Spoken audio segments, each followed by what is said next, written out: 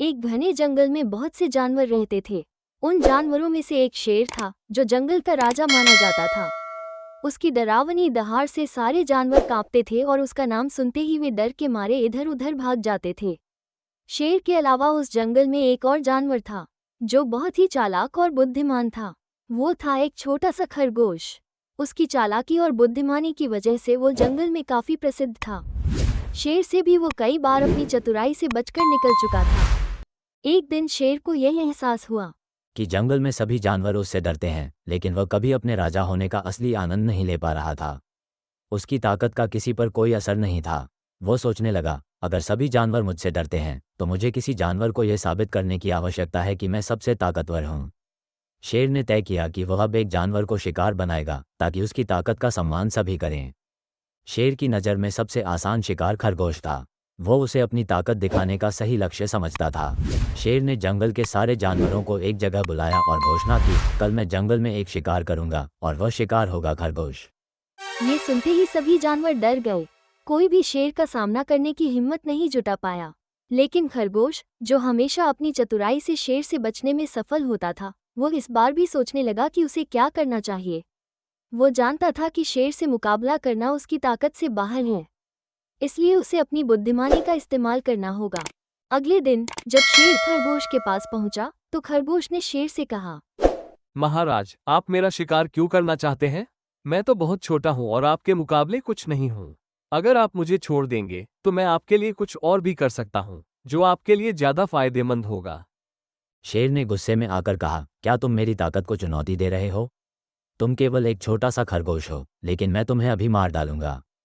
खरगोश ने बड़ी चतुराई से कहा, महाराज, आप मुझसे शिकार करने के बजाय मेरी एक बात सुनिए। क्या आपने सुना है कि हमारे जंगल में एक और शेर आया है जो आपको चुनौती दे रहा है? शेर ने चौंकते हुए पूछा, क्या? और शेर? कहाँ है वह? खरगोश ने कहा, वो जंगल के उस पार एक गहरे गड्ढे में छुपा है। अगर आप वहां जाएं तो आप उसे आसानी से देख सकते हैं। शेर ने अपनी दहाड़ मारी और खरगोश की बातों पर विश्वास करते हुए जंगल के उस पार जाने का फैसला किया। खरगोश ने शेर को ठीक ठाक दिशा बताई और वह शेर जंगल से बाहर निकल गया। खरगोश अब अकेला था और अपनी चतुराई पर मुस्कुरा रहा था। शेर जब उस गहरे गड्ढे तक पहुंचा तो उसने देखा कि वहां एक बड़ा सा गड्ढा था और उसमें पानी भर चुका था।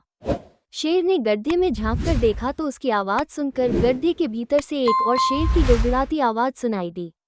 शेर ने सोचा कि यही वो शेर है जिसे उसने चुनौती दी थी। शेर ने उस आवाज का पीछा करते हुए गड्ढे में कूदने की कोशिश की, लेकिन जैसे ही उसने कूदने की कोशिश की, वो फिसलकर गहरे पानी में गिर गया।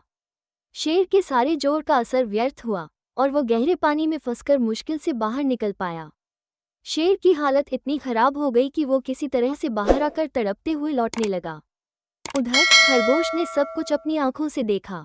वो जानता था कि अब शेर को अपनी गलतियों का एहसास हो चुका था। उसने शेर को ये सिखा दिया था कि कभी भी बिना सोच विचार के किसी को चुनौती नहीं देनी चाहिए। कुछ दिनों बाद शेर ने खरगोश से मिलकर माफी मांगी और कहा, मैंने अपनी ताकत को गलत तरीके से दिखाने की कोशिश की और तुमने मुझे बहुत अच्छे से सिखा दिया कि बड़ाई और ताकत का असली मतलब यह नहीं होता कि हम दूसरों को डराकर उन्हें अपनी शक्ति दिखाएं, बल्कि यह होता है कि हम अपनी चतुराई और समझ से समस्याओं का हल निकालें। खरगोश ने मुस्कुराते हुए कहा, महाराज, असली ताकत कभी किसी को डराने में नहीं, बल्कि अपनी समझ और बुद्धिमानी से समस्याओं का समाधान करने में होती है।